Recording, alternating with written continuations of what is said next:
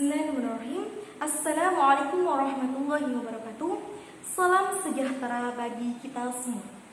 Pertama-tama, marilah kita panjatkan puja dan puji syukur kehadirat Allah Subhanahu wa taala yang mana pada kesempatan kali ini kita dapat mengikuti diskusi 4 dalam keadaan sehat walafiat.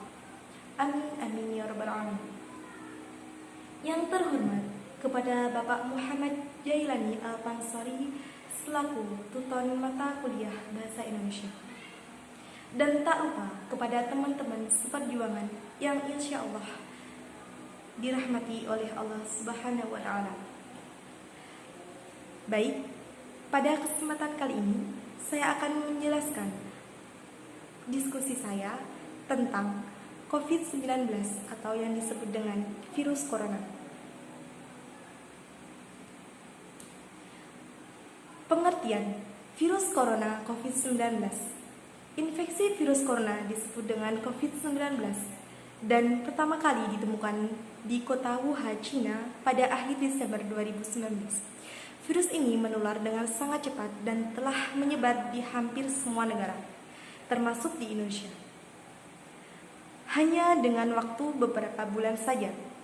Coronavirus adalah kumpulan virus yang bisa menginfeksi sistem pernafasan. Pada banyak kasus yang virus ini hanya menyebabkan infeksi pernafasan ringan, seperti flu.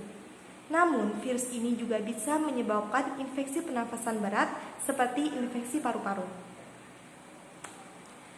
Penyebab. Apa sih penyebab dari virus corona tersebut?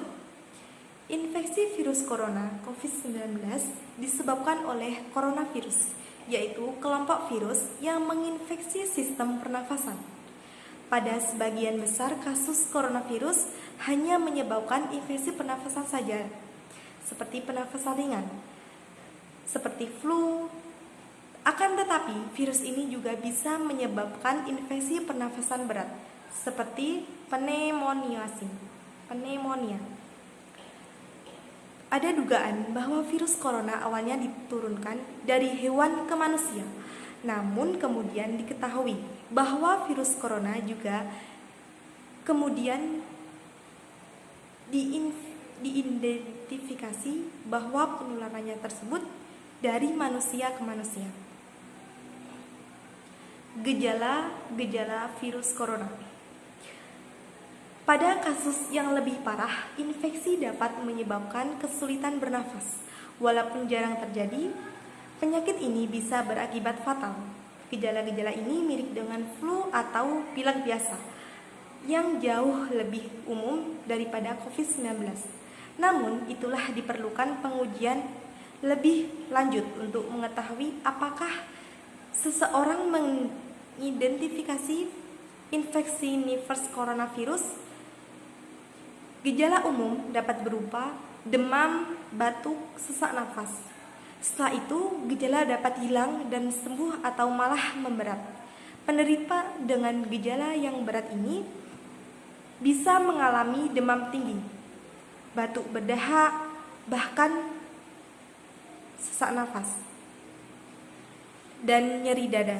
Gejala-gejala tersebut muncul ketika tubuh bereaksi melewati virus tersebut. Pencegahan. Cara terbaik untuk menghindari penyakit infeksi corona adalah melakukan tindakan pencegahan secara aktif. SDC penyerahan setiap orang melakukan tindakan seperti yang pertama, rutin mencuci tangan menggunakan sabun dan air mengalir selama setidaknya 20 detik apabila tidak memungkinkan atau tidak tersedia air dan sabun. Yang kedua, bersihkan tangan menggunakan membersih tangan berbahan alkohol. Hindari penyentuhan hidung, mata atau mulut, terutama bila tangan masih kotor. Yang ketiga, hindari kontak dengan orang yang sedang sakit. Yang keempat, yang kelima, hindari mengonsumsi daging yang belum matang.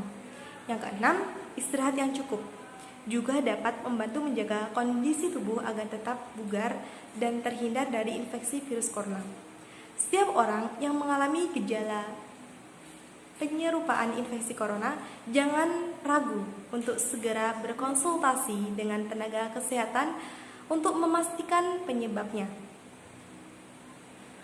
Dampak dari virus corona dapat kita lihat dari dampak pada masyarakat. Yang kedua, dampak terhadap ekonomi. Yang ketiga, dampak pada pendidikan. Yang keempat, dampak pada pekerjaan. Dan yang terakhir, dampak pada politik. Untuk pembahasan yang pertama, dampak pada masyarakat. Awal mula kasus COVID-19 di Indonesia membuat banyak warga takut, sekaligus was-was karena virus ini sangatlah menular. Dampaknya terhadap masyarakat, pembatasan sosial ini dilakukan oleh pemerintah ketika keluar rumah harus selalu memakai masker, menjaga jarak 1 meter dari satu sama lain. Yang kedua adalah dampak terhadap ekonomi. Keuntungan yang diperoleh pelaku usaha mengalami penurunan akibat wabah COVID-19, baik dari sektor pariwisata maupun sektor pengembangan akibat ketigaan social distancing. Yang ketiga yaitu dampak pada pendidikan. Ketika wabah COVID-19 menyerang Indonesia, Kementerian Pendidikan dan Kebudayaan Kemendikbud menyatakan bahwa sekolah atau bidang pendidikan lainnya menyelenggarakan sistem pembelajaran jauh atau disebut dengan online, yang kita bisa sebut School Front House (SVH). Yang keempat, dampak pada pekerjaan.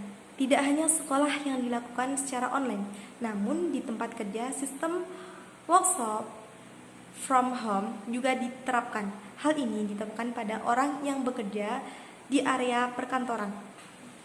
Dan yang terakhir, dampak pada politik. Dampak sistem pemerintah banyak terjadi perubahan selama pandemi akibat COVID-19. Pandemi COVID-19 telah memengaruhi sistem politik beberapa negara yang menyebabkan penangguhan kegiatan legislasi, isolasi atau kematian beberapa politisi dan penjabaran ulang pemikiran karena kekhawatiran penyebab virus. Untuk tingkat kematian akibat virus COVID-19, untuk kategori kota kabupaten terdapat 4.419 kota atau kabupaten yang kasus kematiannya berkurang dalam sebulan terakhir. Terdapat 2007 kota kabupaten yang selanjutnya melanjutkan tren penurunan jumlah kematian. Sebanyak 141 kota kabupaten juga konsisten tanpa menambahkan jumlah kematian. Sebanyak 71 kota kabupaten bahkan 2 pekan terakhir hingga 1 Oktober 2021 kita mencatat adanya kasus kematian terkait COVID-19. Fenomena ini dipengaruhi banyak faktor, salah satunya vaksinasi yang cakupannya telah mencapai setidaknya 45%. Masyarakat selain itu, berdasarkan grafik kategorisasi tersebut, kami menemui 91 wilayah 21 provinsi dengan tren peningkatan kasus kematian 2 mingguan.